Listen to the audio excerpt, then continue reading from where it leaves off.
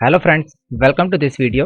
और आज की इस वीडियो में हम आपको बताएंगे कि आप टैली सॉफ्टवेयर में परचेस रिटर्न की एंट्री किस तरीके से कर सकते हैं, परचेस रिटर्न क्या होता है और परचेस रिटर्न का इफेक्ट जीएसटी की रिपोर्ट में किस तरीके से आता है। तो इन सभी के बारे में इस वीडियो में हम आपको डिटेल में बताएंगे, तो आप इस वीडियो को शुरू से लास्ट तक पूरा ज़रूर देखिए। तो आइए आज के इस वीडियो को स्टार्ट करते हैं। वीडियो को स्टार्ट करने से पहले आपसे एक रिक्वेस्ट है कि अगर आपने अभी तक हमारे चैनल को सब्सक्राइब नहीं किया तो आप इस रेड कलर के सब्सक्राइब बटन पर क्लिक करके सब्सक्राइब कर दीजिए और साथ में बनी इस बेल आइकन को भी प्रेस कर दीजिए, जिससे हमारे चैनल पे आई हर लेटेस्ट वीडियो की अपडेट आपको नोटिफिकेशन के थ्रू मिलती रहेगी। तो आइए आज के इस टॉपिक को शुरू करते हैं। तो यहाँ पे हम अपनी कंप्यूटर स्क्रीन में टैली सॉफ्टवेयर में आ चुके हैं। इस वीडियो में हम आपको डिटेल में बताने वाले हैं कि अगर आप अपने किसी सप्लायर से कोई माल या कोई गुड्स परचेज करते हैं और किसी भी रीज़न से उसमें से कुछ सामान आपका ख़राब निकल जाता है या डिफेक्ट निकल जाता है, तो कैसे आप उस सामान को रिटर्न करने की एंट्री को टैली प्राइम सॉफ्टवेयर में कर सकते हैं। तो इसे कहा जाता है परचेज रिटर्न। एग्जाम्पल के लिए आपने ए सप्लायर से 10 क्वांटिटी का कोई सामान परचेज किया, उसमें से 2 क्वांटिटी आपकी ख़राब थी या उसमें से कुछ डिफेक्ट था, वो आपको टूटे हुए पीस मिल गए, तो आप उसको रिटर्न कर देते हैं। तो इसके लिए आपको टैली सॉफ्टवेयर से एक परचेज रिटर्न का इनवॉइस भी निकालना होगा जो आप अपने सप्लायर को सेंड करेंगे। तो यही प्रोसेस हम आपको आज की इस वीडियो में बताएंगे। तो ये टैली का एक कंप्लीट कोर्स है जिसके अंदर आपको बेसिक से लेके एडवांस लेवल तक टैली प्राइम की प्रॉपर ट्रेनिंग प्रोवाइड की जाएगी। तो अगर आपने इसके प्रीवियस वीडियोस को नहीं देखा तो आप उन सभी वीडियोस को देख लीजिए, जिससे आपको टैली प्राइम की कंप्लीट नॉलेज मिल जाएगी। तो इस वीडियो में हम आपको बताएंगे कैसे आप परचेज रिटर्न की एंट्री करते हैं, लेकिन उससे पहले हम ये समझ लेते हैं कि परचेज रिटर्न की एंट्री किस किस रीज़न से की जा सकती है। सबसे पहला रीज़न तो यही है कि अगर आप किसी सप्लायर से कोई माल परचेज करते हैं और जब आपको माल मिल जाता है, आप उसको चेक करते हैं, तो उसमें से हो सकता है कि आपका कुछ सामान खराब हो, तो आप उसके लिए परचेज रिटर्न की एंट्री करते हैं। दूसरा केस ये हो सकता है कि आपको कुछ माल हो सकता है गलती से मिल गया। आपने अपने सप्लायर से 10 क्वांटिटी परचेज की थी, लेकिन उसने गलती से 12 क्वांटिटी या 15 क्वांटिटी दे दी, तो आप बाकी की जो क्वांटिटी उनको रिटर्न कर देंगे, तो इसलिए उसे परचेज रिटर्न की एंट्री में किया जाएगा।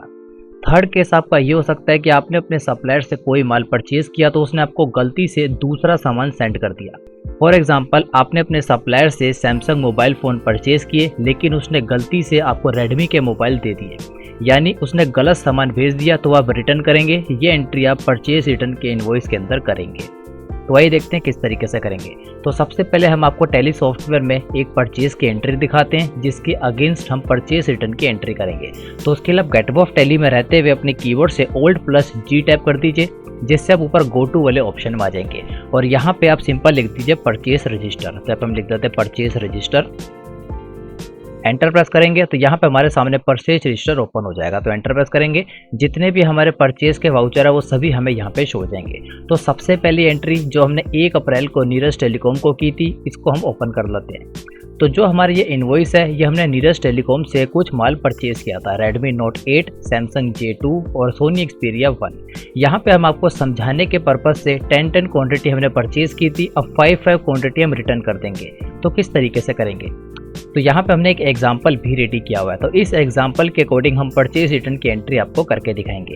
परचेज रिटर्न की एंट्री में आपको जिन जिन चीज़ों का ध्यान देना होता है वो इस तरीके से है। सबसे पहले इनवॉइस डेट, यानी किस डेट को आप सामान रिटर्न कर रहे हैं। उसके बाद ओरिजिनल इनवॉइस नंबर, यानी जब हमने परचेज किया था तो उस इनवॉइस का नंबर क्या था। तो जो हमारा ये इनवॉइस है, इसका नंबर था 100, तो एग्जाम्पल में हमने लिख दिया। देन उसके बाद ओरिजिनल इनवॉइस डेट, यानी जब हमने सामान परचेज किया था तो उसकी इनवॉइस डेट क्या थी। तो यहाँ पे हमने टैली सॉफ्टवेयर से 1 अप्रैल की डेट थी, वो हमने यहाँ पे लिख दी है। नेक्स्ट पार्टीज नेम, यानी जिससे आपने माल परचेज किया था, जो आपका सप्लायर था, उसका क्या नेम था। तो नीरज टेलीकॉम, ये हमने लिख दिया। उसके बाद प्रोडक्ट डिटेल, यानी कौन सा सामान आप रिटर्न कर रहे हैं। तो यहाँ पे हमने तीनों स्टॉक आइटम ले लिए, Redmi note 8, Samsung J2, Sony Xperia 1, और इन तीनों की 5 क्वांटिटी हम यहाँ पे लिख चुके हैं। तो जो रेट होगा, रेट बिल्कुल सेम होगा, जिस अमाउंट पे आपने परचेज किया है उसी अमाउंट पे परचेज रिटर्न भी करेंगे।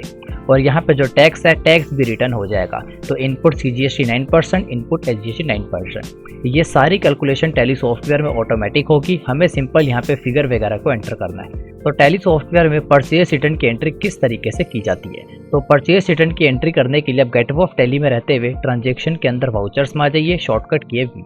अब वाउचर में आने के बाद यहाँ पे जो परचेज की एंट्री है वो तो परचेज के वाउचर में होती है, लेकिन जो परचेज रिटर्न की एंट्री है वो परचेज के वाउचर में नहीं होती, वो हमारे डेबिट नोट वाउचर में होती है।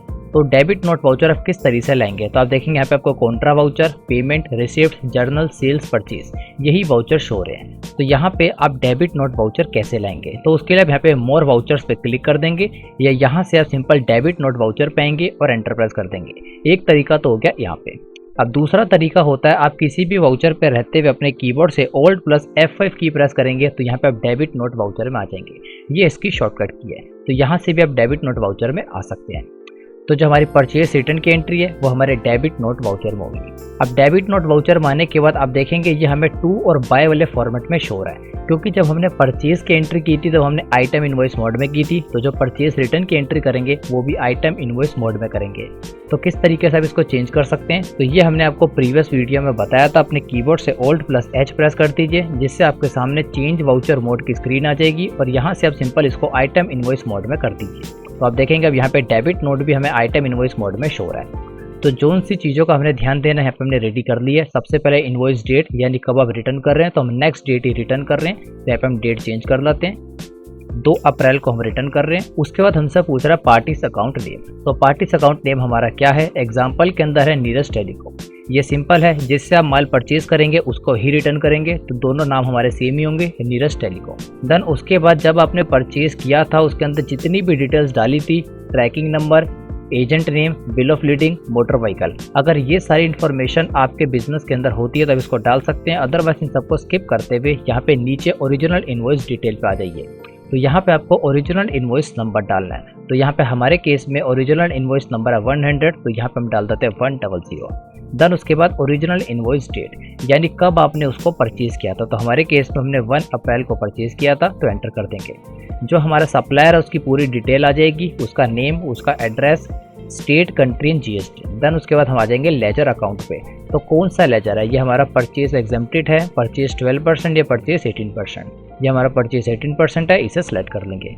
अगर आप सभी तरीके की परचेज के लिए कॉमन लेजर का इस्तेमाल करते हैं तो आप एक भी बना सकते हैं, लेकिन अगर आप एक से ज़्यादा टैक्स रेट वाले आइटम्स के अंदर बिजनेस करते हैं तो आपको अलग अलग बनाना ही सही रहता है। तो परचेज @18%। देन उसके बाद नेम ऑफ आइटम, तो हम एग्जाम्पल में आ जाते हैं। अब एग्जाम्पल के अंदर हमने 3 आइटम्स को रिटर्न किए, Redmi Note 8 5 piece, Samsung J2 5 piece, Sony Xperia 1 5 piece. तो यहाँ पे हम इन तीनों को एंटर कर देते हैं। देन उसके बाद इस पर टैक्स लगा देते हैं। सबसे पहले हम यहाँ पे लगाएंगे Redmi Note 8, इसकी हमने 5 क्वांटिटी डाल देनी है, तो रेट ऑटोमेटिक आ जाएगा, क्योंकि जिस रेट पे हमने परचेज किया था उसी रेट पे रिटर्न होगा, इसलिए ऑटोमेटिक टैली सॉफ्टवेयर उठा लेता है। 60,000 का अमाउंट हो गया। दूसरा हो गया हमारा Samsung J2, इसकी भी 5 क्वांटिटी, देन रेट ऑटोमेटिक आ जाएगा। और थर्ड है हमारा Sony Xperia 1, इसकी भी हम 5 क्वांटिटी को रिटर्न कर देंगे। तो जो इसकी टोटल वैल्यू हो गई वो हो गई 1,90,000। एग्जाम्पल के अंदर भी टोटल टैक्सेबल वैल्यू 1,90,000 हो चुकी है। टैक्सेबल वैल्यू, इनवॉइस वैल्यू क्या होती है, इसमें डिफरेंस हम आपको बता चुके हैं। जो टैक्स लगने से पहले की वैल्यू होती है उसे टैक्सेबल वैल्यू कहा जाता है, और टैक्स लगने के बाद जो टोटल वैल्यू होती है उसे इनवॉइस वैल्यू कहा जाता है। यानी 1,90,000 पे हमारा टैक्स लगेगा 9%। तो यहाँ पे हम कैलकुलेट कर देते हैं। Input CGST @9%, then input SGST @9%, तो ऑटोमेटिक टैक्स आ जाएगा। तो 17,100 का टैक्स लग गया। एग्जाम्पल के अंदर भी यही शो हो रहा है। टोटल अमाउंट 2,24,200, ये भी टैली के अंदर दोनों मैच कर गए। तो अगर आप इसकी टैक्स एनालिसिस डिटेल देखना चाहते हैं तो उसके लिए इसी स्क्रीन पे रहते हुए आप अपने कीबोर्ड से Alt प्लस I प्रेस कर दीजिए। देन यहाँ से आप GST के अंदर टैक्स एनालिसिस में आ जाइए, और इसको और डिटेल में देखने के लिए Alt प्लस F1। तो आप देखेंगे यहाँ पे तीनों स्टॉक आइटम की टैक्स एनालिसिस डिटेल आ जाएगी, किस स्टॉक आइटम की कितनी टैक्सेबल वैल्यू है, कितना उस पर टैक्स लगा है। हर एक स्टॉक आइटम यहाँ पे आपको डिटेल के अंदर आ जाती है। तो यहाँ पे इसको कंट्रोल S एक्सेप्ट करा देते हैं। तो परचेज रिटर्न की एंट्री हम सक्सेसफुली कर चुके हैं। एक चीज़ का आपको ध्यान देना है, परचेज की एंट्री परचेज के वाउचर में होती है, लेकिन परचेज रिटर्न की एंट्री आपके डेबिट नोट वाउचर में होती है। अब आप देखेंगे यहाँ पे नंबर 2 लिखा हुआ आ जाएगा, यानी एक एंट्री हम सक्सेसफुली कर चुके हैं। अब इससे रिलेटेड रिपोर्ट्स को किस तरीके से चेक किया जाता है, तो यहाँ पे हम एक एक करके आपको सभी रिपोर्ट्स दिखाएंगे कि सबके अंदर क्या इफेक्ट आया है। तो यहाँ पे सबसे पहले हम ये देखेंगे जो हमारी स्टॉक समरी है उसके अंदर क्या इफेक्ट आया है। तो स्टॉक समरी देखने के लिए आप अपने कीबोर्ड से Alt प्लस G टैप कर दीजिए, क्योंकि आप किसी भी तरीके की रिपोर्ट देखना चाहते हो तो आप गो टू पे क्लिक करके देख सकते हैं। और यहाँ पे आप सिंपल ऊपर लिख दीजिए स्टॉक समरी, तो हम लिख देते हैं stock summary. Then stock summary पे आने के बाद एंटर प्रेस कर देंगे, और यहाँ पे आप देखेंगे आपको सभी स्टॉक समरी आ जाएगी। अब सिंपल हम सबसे पहले Redmi में जाएंगे। Redmi में जाने के बाद Redmi Note 8 में जाएंगे। तो आप देखेंगे जो इसका क्लोजिंग बैलेंस है वो हमें 10 पीसेस शो हो रहा है। अगर आप और डिटेल में देखना चाहते हैं एंटर प्रेस कर देंगे तो आपको डिटेल में दिखाएगा। सबसे पहले आपने 1 अप्रैल को परचेज की, देन आपने 2 अप्रैल को पूनम टेलीकॉम से 5 क्वांटिटी और परचेज की, और यहाँ पे आपने 2 अप्रैल को ही नीरज टेलीकॉम को डेबिट नोट के थ्रू 5 क्वांटिटी रिटर्न कर दी। जो आपका क्लोजिंग बैलेंस बचा वो बचा 10 पीस, यानी ऊपर के 10 और 5 15 हो गए, उसमें से आपने 5 रिटर्न कर दिए, तो लास्ट में आपका क्लोजिंग बैलेंस 10 पीस बचा। देन बाकी स्टॉक आइटम भी देख लेते हैं। तो यहाँ पे हम सैमसंग पे आते हैं, देन यहाँ पे सैमसंग J2 पे आते हैं। तो आप देखेंगे यहाँ पे आपको 5 क्वांटिटी का क्लोजिंग स्टॉक शो होगा। एंटर प्रेस करेंगे तो यहाँ पे दिखा देगा। सबसे पहले आपने नीरज टेलीकॉम से 10 पीस परचेज किए, और यहाँ पे आपने नीरज टेलीकॉम को ही डेबिट नोट के थ्रू 5 पीस रिटर्न कर दिए, और यहाँ पे आपका क्लोजिंग बैलेंस 5 पीस आ रहा है। तीसरी क्वांटिटी भी देख लेते हैं सोनी की। तो यहाँ पे हम सोनी एक्सपीरिया 1 पे आ जाते हैं। सेम इफेक्ट इसके अंदर भी आ रहा है। 1 अप्रैल को परचेज किया, 2 अप्रैल को रिटर्न कर दिया, क्लोजिंग बैलेंस यहाँ पे आ रहा है 5 पीस। अभी आप देखेंगे आपका सारा रिकॉर्ड आ रहा है इनवर्ड में, क्योंकि अभी हम परचेज और परचेज रिटर्न ही कर रहे हैं। अगर हम फ्यूचर में सेल की एंट्री करेंगे तो वो आउटवर्ड में आएगा और उसके बाद क्लोजिंग बैलेंस आएगा। तो अभी परचेज के हिसाब से सारा रिकॉर्ड हमारा बिल्कुल सही तरीके से आ रहा है। तो हम देखते हैं नीरज टेलीकॉम के लेजर में इसका क्या इफेक्ट आ रहा है। तो उसके लिए आप दोबारा से Alt+G टैप कर दीजिए, देन ऊपर की तरफ लेजर रिपोर्ट्स लिख दीजिए। लेजर रिपोर्ट्स लिखने के बाद उस पर क्लिक कर दीजिए और यहाँ पे लेजर वाउचर्स में आ जाइए, और यहाँ पे सिंपल अपने उस सप्लायर का नाम लिख दीजिए नीरज टेलीकॉम। इस पर क्लिक करने के बाद नीरज टेलीकॉम की पूरी रिपोर्ट आपके सामने आ जाएगी कि यहाँ पे सबसे पहले आपने 1 अप्रैल को नीरज टेलीकॉम से परचेज किया 4,48,400, देन उसके बाद आपने 2 अप्रैल को परचेज रिटर्न कर दिया 2,24,200 का, और यहाँ पे जो क्लोजिंग बैलेंस है वो नीचे की तरफ आपको आ जाएगा। तो इस तरीके से आप लेजर वाइज रिपोर्ट देख सकते हैं। तो अब हम देखते हैं परचेज का रजिस्टर में इसका क्या इफेक्ट आएगा। तो यहाँ पे हम Alt+G से दोबारा से यहाँ पे परचेज रजिस्टर लिख देते हैं, तो परचेज रजिस्टर ओपन हो जाएगा। आप जिस भी तरीके की रिपोर्ट देखना चाहते हैं सिंपल गो टू पे आइए और वहाँ पे उस रिपोर्ट का नाम लिख दीजिए, वो आपके सामने ओपन हो जाएगी। तो परचेज रजिस्टर में जैसे ओपन करेंगे तो सारी परचेज की एंट्री आ रही है, परचेज रिटर्न की एंट्री यहाँ पे नहीं आती। अब हम ये देखना चाहते हैं जो सा डेबिट नोट हमने क्रिएट किया वो हमें कहाँ पे शो होगा, क्योंकि वो हमें परचेज रजिस्टर में शो नहीं हो रहा, तो वो हमें कहाँ पे शो होगा। तो उसके लिए दोबारा से Alt+G टैप कीजिए, तो यहाँ पे आप डेबिट नोट रजिस्टर लिख दीजिए, क्योंकि परचेज की सभी एंट्रीज हम परचेज रजिस्टर में देखते हैं, तो डेबिट नोट की सभी एंट्री हम डेबिट नोट रजिस्टर में देखेंगे। इस पर क्लिक कर देंगे तो यहाँ पे अप्रैल के अंदर आप देखेंगे आपको 1 दिखेगा, यानी एक एंट्री हमने अप्रैल के अंदर की है। एंटर प्रेस करेंगे तो यहाँ पे दिखा देगा कि एक डेबिट नोट हमने अप्रैल में इशू किया था, किस पार्टी को किया था, कितने अमाउंट का किया था। तो यहाँ से आप अपने डेबिट नोट की रिपोर्ट भी देख सकते हैं। अब जो उसकी सबसे लास्ट रिपोर्ट है कि GST के अंदर इस एंट्री का क्या इफेक्ट आता है, तो दोबारा से Alt+G टैप करेंगे, गो टू में आएंगे और यहाँ पे लिख देंगे GST लिखते ही GST से रिलेटेड सभी रिपोर्ट यहाँ पे आ जाएगी। तो यहाँ पे हम GSTR2 में आएंगे।